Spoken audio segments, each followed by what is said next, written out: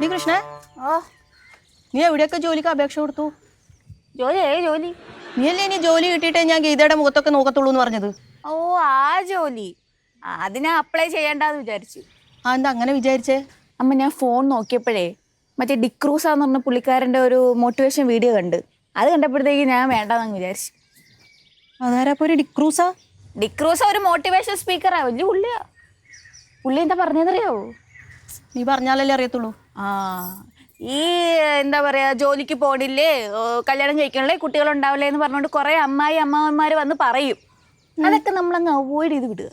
അതുകൊണ്ട് ഞാൻ ഗീതാഞ്ജലിനെ അങ്ങ് അവോയ്ഡ് ചെയ്യാൻ തീരുമാനിച്ചു. അവർക്ക് അല്ലെങ്കിൽ റിലേ പോയി കിടക്കുക. റിലേ ഇപ്പം ഗീതൊക്കെ ഒന്നല്ല പോയിട്ടില്ല, നിനക്കാ പോയിട്ടുള്ളത്.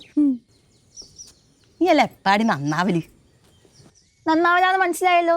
ഇനി എന്നെ ഉപദേശിക്കാൻ വരില്ലേ? അല്ലെങ്കിൽ ആരാ നിന്നെ ഉപദേശിക്കാൻ വന്നത്? വരണ്ട മോളെ.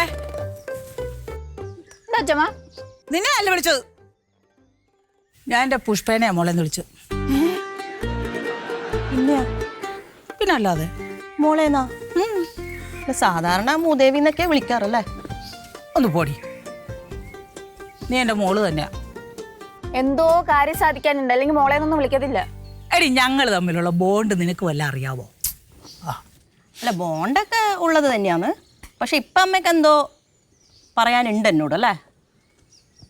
പറഞ്ഞു. അതെ, ഞങ്ങളുടെ സ്കൂളിലെ പേരൻസ് മീറ്റിംഗ് ഉണ്ടടി. അപ്പോൾ നീ ഒന്ന് വന്നാൽ മതി. ഞാനതിന് അമ്മേൻ്റെ പേരൻ്റാണോ? മരുമോളല്ലേ അല്ലേ? അപ്പം ഞാനെങ്ങനെയാണ് വരുന്നത്? അത് കുഴപ്പമില്ല, ഞങ്ങളുടെ സ്കൂളിൽ എല്ലാവർക്കും മരുമോളും മക്കളും കൊച്ചുങ്ങളൊക്കെയാണ് വരുന്നത്. നീ വന്നാൽ മതി, വാ. ഓ, അപ്പൊ പേരൻസ് മീറ്റിംഗ് അല്ല, മക്കൾ മീറ്റിംഗ്. മക്കൾ മീറ്റിംഗ് അങ്ങ് അമ്മയുടെ മകനെ കൂട്ടി പോകാൻ നല്ലത്. അയ്യോ, അവനെ കൂട്ടാൻ കൊള്ളൂല. എൻ്റെ പൊന്നുമോനെ, അവന് 4 അക്ഷരം വല്ലവരോട് സംസാരിക്കാൻ ഒക്കുവോ? അതൊന്നും അറിയത്തില്ല. നീയാണെങ്കിൽ അവിടെ വന്ന് എല്ലാം ഒപ്പിടാനും എല്ലാവരോടും സംസാരിക്കാനും എൻ്റെ മോക്കല്ലേ കഴിയുള്ളൂ. സത്യമായിട്ടും? പിന്നല്ലേ. അയ്യോ, ഒന്ന് പൊക്കിയടിപ്പിച്ചപ്പോഴേക്കും ആകാശത്തേക്ക് അങ്ങ് പോയി. അവിടെ താഴെ ഇറങ്ങി. വരുമോടി? ആലോചിക്കാം. ചെല്ലമ്മ, അവിടെ അച്ഛമ്മ എന്തൊക്കെ കാണിച്ചു കൂട്ടിയെന്ന് അറിയാൻ പറ്റുമല്ലോ. ഞാൻ അവിടെ ഒന്നും കാണിച്ചു കൂട്ടിയിട്ടില്ല. അച്ഛമ്മയുടെ കാര്യം പറയാൻ പറ്റത്തില്ല, അതുകൊണ്ടാ. നല്ല മാർക്കൊക്കെ മേടിച്ചായിരുന്നാ? എന്നാ പിന്നെ ഞാൻ നോക്കാം, അല്ലേ? നീ വരുവോ? പുഷ്പക്ക് ഒറ്റ വാക്കേ ഉള്ളൂ, വരൂന്ന് പറഞ്ഞാൽ വരും.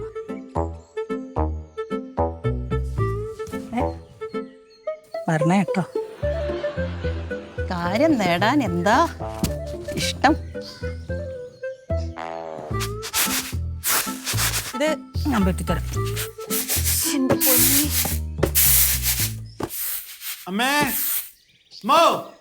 അമ്മയുടെ മകൻ വിളിക്കുന്നുണ്ടല്ലോ.